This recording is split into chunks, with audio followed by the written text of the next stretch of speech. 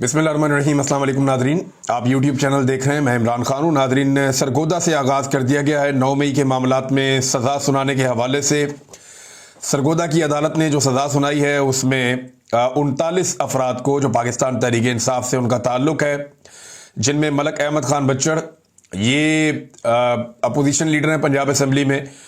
इनके अलावा अहमद चट्टा, जो सेंट्रल पंजाब के पाकिस्तान तहरीक इंसाफ के सदर, और सेक्रेटरी जनरल बिलाल एजाज, ये इनके ऊपर मुकदमा दर्ज था। इनको भी सजाएं दी गई हैं। 10-10 साल की सजा सुनाई गई 9 मई के मुकदमात में। और ये जो सजा सुनाई गई किस बुनियाद पर सुनाई गई ये मैं आपको बाद में बताता हूं, लेकिन आपको याद दिलाता हूं कि एक जज साहब थे यहां पे इंसदाद दहशतगर्दी के सरगोदा में, जिन्होंने ये बताया था कि मेरे पे पाकिस्तान की एजेंसियां दबाव डाल रही हैं, लिहाजा उन्हें रोका जाए।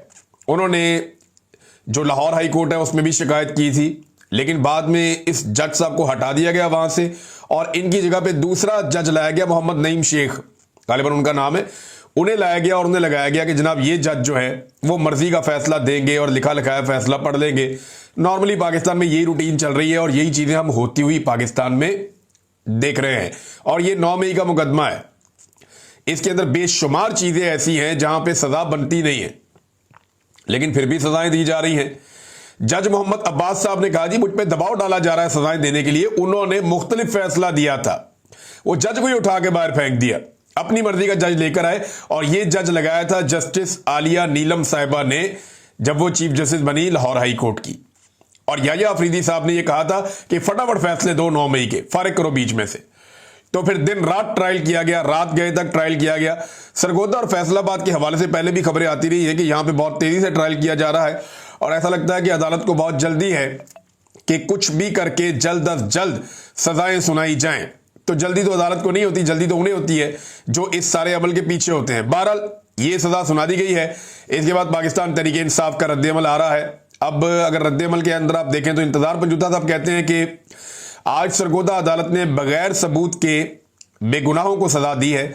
इस सजा के होने में सुप्रीम कोर्ट की 4 माह में ट्रायल मुकम्मल करने की हदायत का बहुत बड़ा अमल दखल है। सुप्रीम कोर्ट की 4 माह की मुद्दत तायुन के बाद जजेस ने दिन रात ये ट्रायल चलाने और किसी कानूनी तकादे का ख्याल ना रखा। ये सजाएं हमेशा हमारे अदालती निजाम पर स्याह धब्बे के तौर पर याद रखी जाएंगी। वकील क्या कह रहे हैं? वकील ये कह रहे हैं कि इससे भयानक और सफाकाना फैसला हमने देखा ही नहीं अपनी तारीख में। यानी बिलाल एजाज और अहमद चट्टा के खिलाफ शहादत ही नहीं थी, कोई शहादत गवाही कोई मौजूद ही नहीं थी। और मुझे जज साहब ने कहा था कि इन पर तो बात ही ना करें, ये तो बरी है। यानी इस तरह से जज ने पहले बात की थी। और लेकिन जो लिखा लिखाया फैसला आया इसमें उन्हें भी 10-10 साल की सजा सुना दी गई। ये तहरीक इंसाफ के वकील वहां पे बता रहे कि जज ने कहा था कि ये तो बरी है, इन पे तो बात ही ना करें, ये बंदे तो फारिग हैं, अहमद चट्टा और बिलाल एजाज, लेकिन इन्हें भी 10-10 साल की सजा सुना दी गई।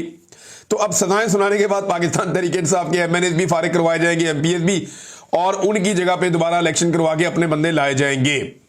ये जो मिलिट्री एस्टेब्लिशमेंट ने फैसला कर रखा है ना, अगर किसी को आज भी लगता है कि अदालत के जरिए से, कानून के जरिए से, इंसाफ के जरिए से, सिस्टम में रहते हुए बगैर डील के इमरान खान साहब या पाकिस्तान तहरीक इंसाफ इस गर्दाब से निकल आएगी, तो वो भूल का शिकार है। या तो इमरान खान साहब को डील करनी पड़ेगी या फिर अवाम को सड़कों पे फैसला करना पड़ेगा इस निजाम के साथ। या तो इनसे 2-2 हाथ करने पड़ेंगे या इनके सामने हाथ जोड़ने पड़ेंगे। दूसरा कोई ऑप्शन नहीं है कि आप कानून और इंसाफ के जरिए से इस मामले से निकल आए, क्योंकि पाकिस्तान की मिलिट्री एस्टेब्लिशमेंट ने यह तय कर रखा है कि उन्होंने हर हाल में कुचलने की अपनी पॉलिसी को जारी रखना है। जमहूरियत गई भाड़ में, इंसाफ गया भाड़ में, वो किसी चीज में नहीं मानते भाई। वो ये कहते हैं कि जैसे हमारा दिल कर रहा है उसी तरह निजाम को चलाएंगे। अब तहरीक इंसाफ ने वैसे तो परखचे उड़ा दिए थे 9 मई के मुकदमात के हवाले से। यहां पे बहुत सारे लोगों ने बड़े लंबे लंबे थ्रेड्स लिखे हैं और उन्होंने बताया है कि किस तरीके से ये मुकदमा झूठे हैं और अदालत के अंदर कौन कौन सी चीजें साबित हुई।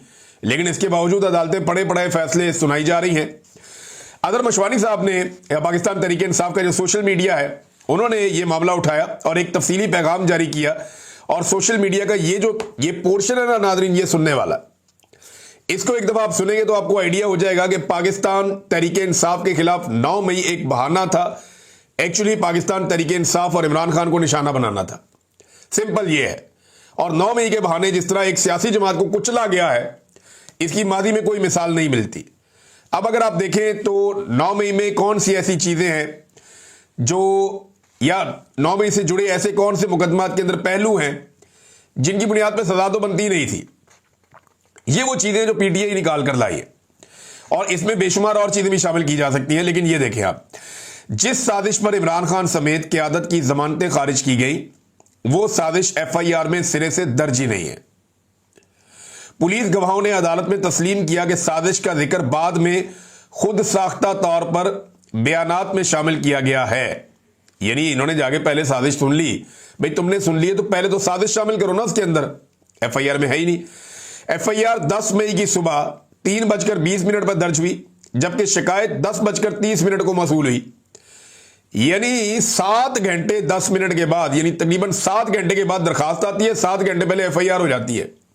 ये दुनिया में कभी कहीं आपने सुना है कि दरखास्त बाद में आए और एफआईआर पहले हो जाए? ये कैलेबरी फॉन्ट में हुआ था कि इनकी डीड पहले लिखी गई थी और वो फॉन्ट बाद में ईजाद हुआ था। ये वही वाली कहानी यहां पे हो गई जो कैलेबरी में हुई थी कि एफआईआर होती है सुबह 3:20 पे, और जो दरखास्त आती है वो सुबह आती है 10:30 पे, 7 घंटे 10 मिनट के बाद। एफआईआर में 5 जख्मी एहलकारों के बारे में बताया गया, जबकि अदालत में सिर्फ 3 एहलकारों के मेडिकल लीगल सर्टिफिकेट पेश किए गए कि ये जख्मी थे, और वो भी जाली निकले क्योंकि डॉक्टर ने बता दिया अदालत में कि पुलिस वालों ने कोई जख्म नहीं दिखाए, सिर्फ जबानी बताया था, तो हमने बना दिया जो कहा गया। इन्वेस्टिगेशन ऑफिसर ने तस्लीम किया कि जाए वकुआ का कभी उसने दौरा ही नहीं किया। यह नादरीन इतना बड़ा मामला है कि इसमें तो सजा कभी हो ही नहीं सकती। जो स्टार गवाह थे हसाम अफजल और मोहम्मद खालिद, इन्होंने दावा किया कि वो छुपकर तहरीके इंसाफ की टॉप लीडरशिप की मीटिंग में घुसे और मेज और सोफे के नीचे छुपकर उन्होंने साजिश सुनी। मेज के नीचे कैसे छुप सकते हैं, सोफे के नीचे कैसे छुप सकते हैं, हैरत होती है मुझे। इस साजिशी मीटिंग में शुरका की तादाद हर शहर में इन लोगों ने अलग बताई। लाहौर में बताई 15, गुजरावाला में बताई 58, सरगोदा में बताई 14 और फैसलाबाद में बताई 44। यानी हर केस की जमानत के मुताबिक झूठ घड़ा गया। यानी आप अंदाजा करें कि एक ही बयान है, हर जगह जाके बंदों की तादाद बदल जाती है। लाहौर में कोई और है, गुजरावाला में कोई और है, सरगोदा में कोई और है, फैसलाबाद में कोई और है। हर शहर के अंदर जो है वो तादाद ही बदल देते हैं। और वो जो इमरान खान साहब का कमरा है ना, वहां 14-15 मैक्सिमम 20 बंदे आ सकते हैं। ये 44 और 58 वाला फिगर कहां से आ गए तो समझ से बाहर है। बहरहाल झूठी गवाही और झूठ के पांव नहीं होते। कोई CDR, audio, video, location data या तस्दीकी गवाह पेश नहीं किया गया।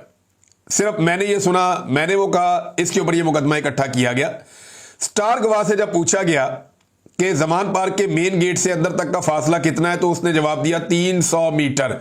उसने लगता है रायवंड देखा हुआ था। जमान पार्क में तो 100 मीटर भी नहीं बनता, मेरे ख्याल में 50 मीटर भी नहीं बनता, शायद 30 मीटर होगा। तो 10 गुना फासला उसने बताया कि जनाब 300 मीटर का फासला है जमान पार्क से लेकर, गेट से लेकर अंदर तक का। इन्वेस्टिगेशन ऑफिसर ने दावा किया कि वाकयात के 30 दिन बाद ग्रीन बेल्ट से उन्होंने डंडे बरामद किए।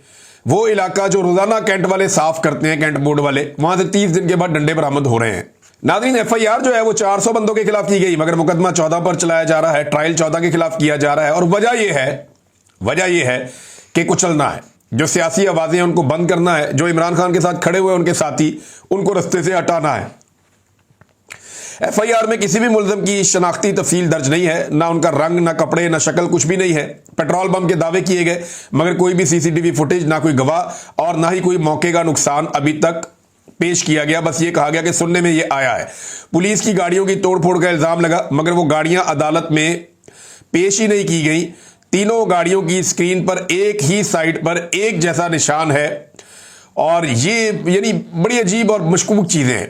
यानी 3 गाड़ियां जो दिखाई गई कि जनाब ये गाड़ियां टूटी हैं, उनकी तीनों की एक ही बंदे ने लगता है मारा है, एक ही चीज से मारा है और एक ही तरफ को मारा है और एक ही जैसा निशान है।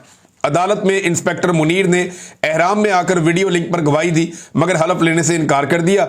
जब वकील ने एतराज किया तो जज ने उसे जुर्माना कर दिया। सेनेटर एजाज चौधरी के प्रोडक्शन ऑर्डर 2 साल से जारी नहीं किए गए ताकि इनकी नशिस्त खाली करवाई जा सके। शाह मोहम्मद कुरैशी पर इल्जाम है